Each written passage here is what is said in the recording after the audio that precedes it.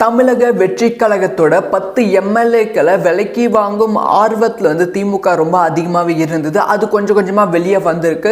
இது ஓப்பனாக 2-3 எம்எல்ஏ பேசியிருக்காங்க. அந்த எம்எல்ஏஸ் மீதும் குற்றச்சாட்டு எழுந்திருக்கு. என்ன நடந்திருக்கு டீட்டெயிலாக பேச போகிறோம். அதாவது 2026 சட்டமன்ற தேர்தலில் தமிழக வெற்றி கழகம் மாபெரும் வெற்றி பிடித்து விட்டது. கிட்டத்தட்ட 106 இடங்களை வென்று விட்டது. ஆனாலுமே இன்னும் 10 இடங்கள் தேவைப்பட்டது. ஸோ அந்த ஒரு ஸ்ட்ரகிள்லாம் இருந்துச்சு. அதுக்கு கூட்டணி கட்சிகளோட ஆதரவோடு இப்போ தமிழக வெற்றி கழகம் ஆட்சியை பிடித்திருக்கு. எப்படியாவது இந்த ஆட்சியை கவிழ்த்து விட வேண்டும், அதாவது திமுக எதிர்கட்சியாக சூப்பராக செயல்பட வேண்டும் அப்படிங்கிற விஷயத்தை தாண்டி எப்படியாவது இந்த ஆட்சியை கவிழ்த்து விட வேண்டும் அப்படிங்கிற விஷயத்தில் ரொம்ப ரொம்ப ரொம்ப கவனமாக இருக்கு.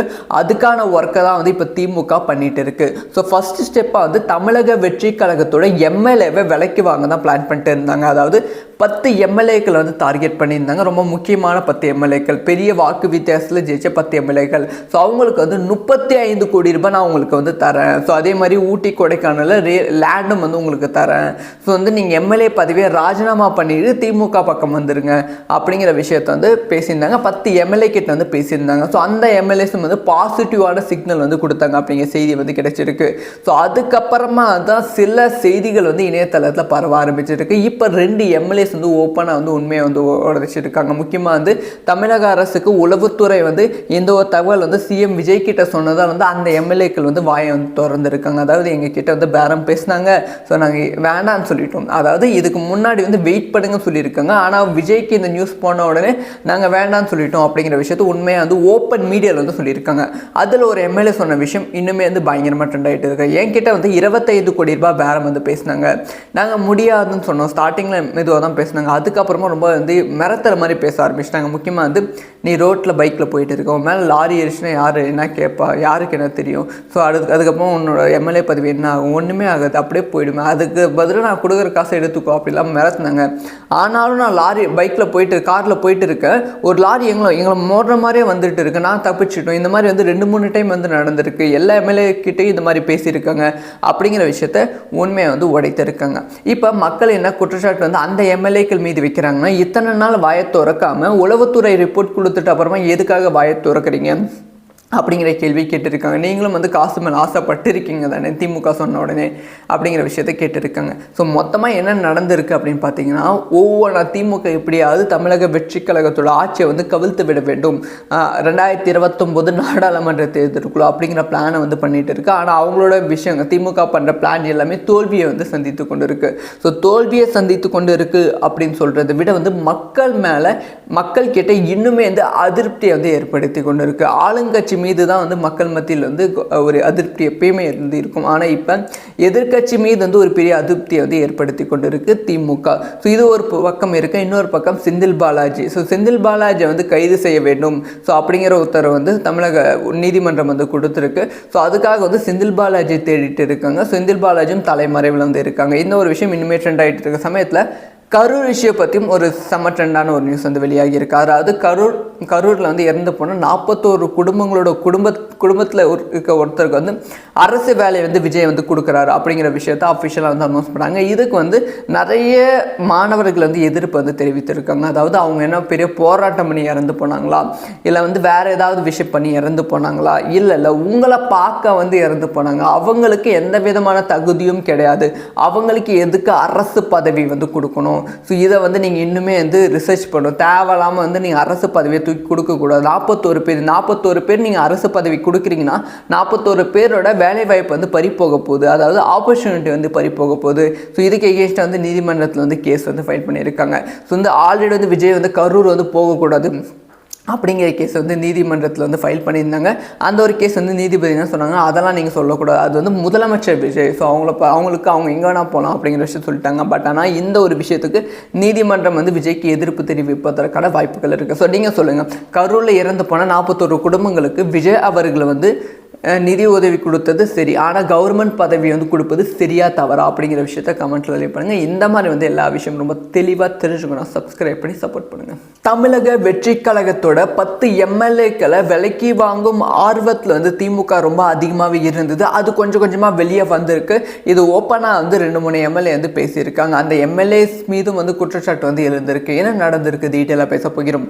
அதாவது 2026 சட்டமன்ற தேர்தலில் தமிழக வெற்றி கழகம் மாபெரும் வெற்றி வந்து பிடித்து விட்டது. கிட்டத்தட்ட வந்து 107 இடங்களை வந்து வென்று விட்டது. ஆனாலுமே இன்னும் வந்து 10 இடங்கள் வந்து தேவைப்பட்டது. ஸோ அந்த ஒரு ஸ்ட்ரகிள்லாம் வந்து இருந்துச்சு. அதுவும் கூட்டணி கட்சிகளோட ஆதரவோடு வந்து இப்போ தமிழக வெற்றி கழகம் ஆட்சியை வந்து பிடித்திருக்கு.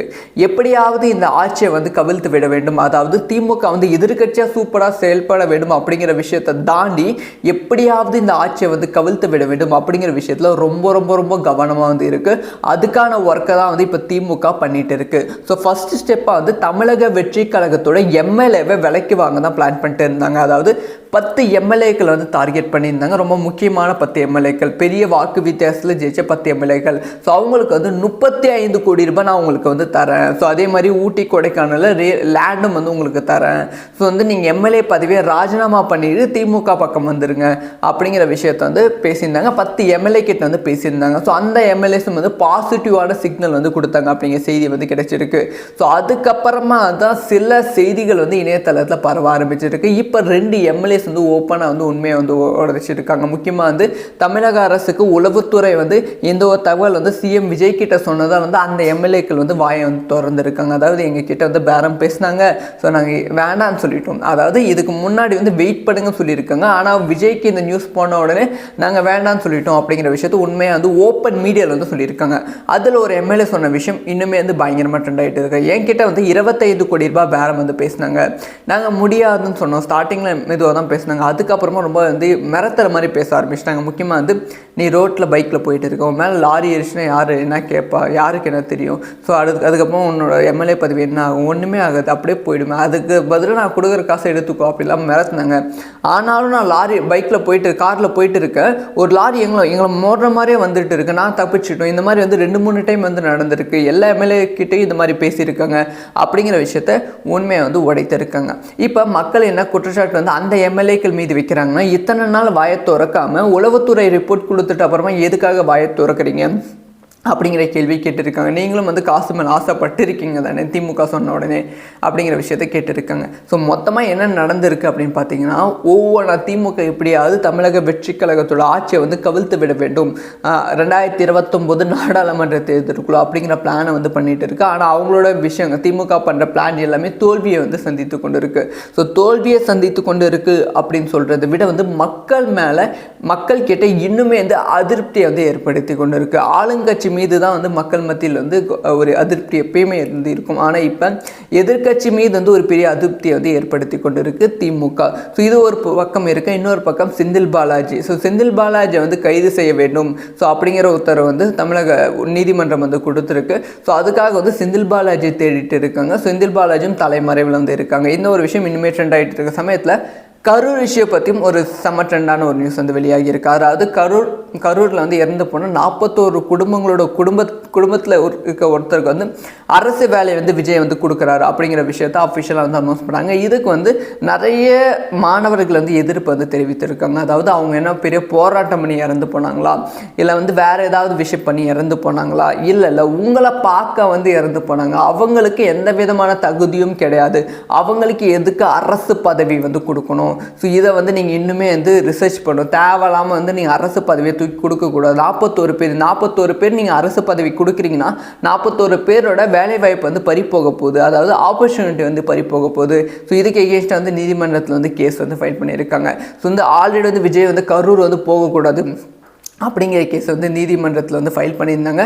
அந்த ஒரு கேஸ் வந்து நீதிபதி என்ன சொன்னாங்க, அதெல்லாம் நீங்கள் சொல்லக்கூடாது, அது வந்து முதலமைச்சர் விஜய், ஸோ அவங்களுக்கு அவங்க எங்கே வேணால் போகலாம் அப்படிங்கிற விஷயம் சொல்லிட்டாங்க. பட் ஆனால் இந்த ஒரு விஷயத்துக்கு நீதிமன்றம் வந்து விஜய்க்கு எதிர்ப்பு தெரிவிப்பதற்கான வாய்ப்புகள் இருக்குது. ஸோ நீங்கள் சொல்லுங்கள், கரூரில் இறந்து போன 41 குடும்பங்களுக்கு விஜய் அவர்களை வந்து நிதி உதவி கொடுத்தது சரி, ஆனால் கவர்மெண்ட் பதவி வந்து கொடுப்பது சரியா தவறா அப்படிங்கிற விஷயத்த கமெண்ட்டில் லீவ் பண்ணுங்கள். இந்த மாதிரி வந்து எல்லா விஷயம் ரொம்ப தெளிவாக தெரிஞ்சுக்கணும். சப்ஸ்கிரைப் பண்ணி சப்போர்ட் பண்ணுங்கள்.